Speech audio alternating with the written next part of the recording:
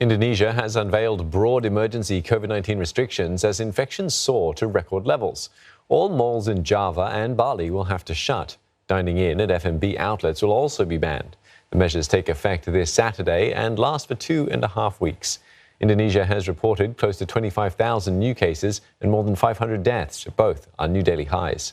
And for more on this, Saiful Ismail joins us. Saiful, firstly, strict measures for much of Indonesia and a warning that they could be extended. How are people and businesses reacting?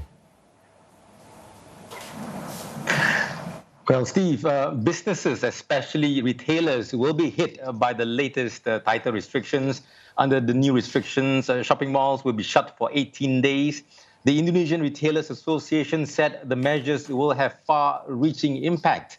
The association said the measures will cause harm to micro, small, and medium enterprises, slowing down the food and beverage sector and potentially driving more retailers into the ground. Now, businesses in the non-essential sectors will also be affected because their workers will be forced to work totally from home. These non-essential businesses have little time to react to the new measures, and they have to find ways to quickly arrange workers to work from home without affecting daily operations. Other business groups urged authorities to ensure there's enough financial support for companies, warning that otherwise these new restrictions could result in layoffs and bankruptcies. Some regional governments have also expressed concerns. The governor of West Java province, Ridwan Kamil, said his administration will have to foot the bill to provide for the daily needs of residents. Mr. Ridwan said if all of West Java goes into lockdown, he will need nearly $62 million each day. However, generally, the public understands the need for tougher measures. They are also partly to blame for the spike in cases. There has been a drop in public discipline on health protocols. A survey last month by the Jakarta Health Agency showed that only 25% of people in the capital are consistently wearing their masks. There is fatigue in the community, but there is also a need to increase public discipline significantly and quickly. And so, while this is happening, Indonesia has also entered a new phase in its vaccination drive.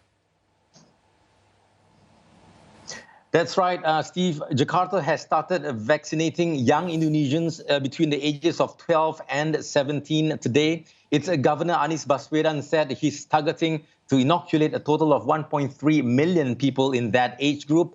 Indonesia recently announced the COVID-19 vaccination for the 12 and 17 age group could commence after the Food and Drug Monitoring Agency permitted the use of the Sinovac vaccine for the group. The Education Ministry said the safety of children remains a priority and urged parents to register their children to get vaccinated. Now, students have to bring a permission letter from their parents to get inoculated.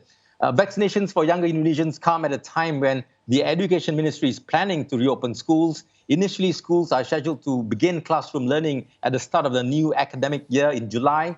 However, the surge in COVID-19 cases has forced the ministry to temporarily halt the reopening of schools. Many students have been looking forward to starting classroom learning again after being stuck at home, attending online learning for more than a year. Teachers in Indonesia have earlier been vaccinated. Now, with students now receiving their COVID-19 jabs, parents will be more confident releasing their children back to school. No, many thanks for that. Saiful Ismail in Jakarta.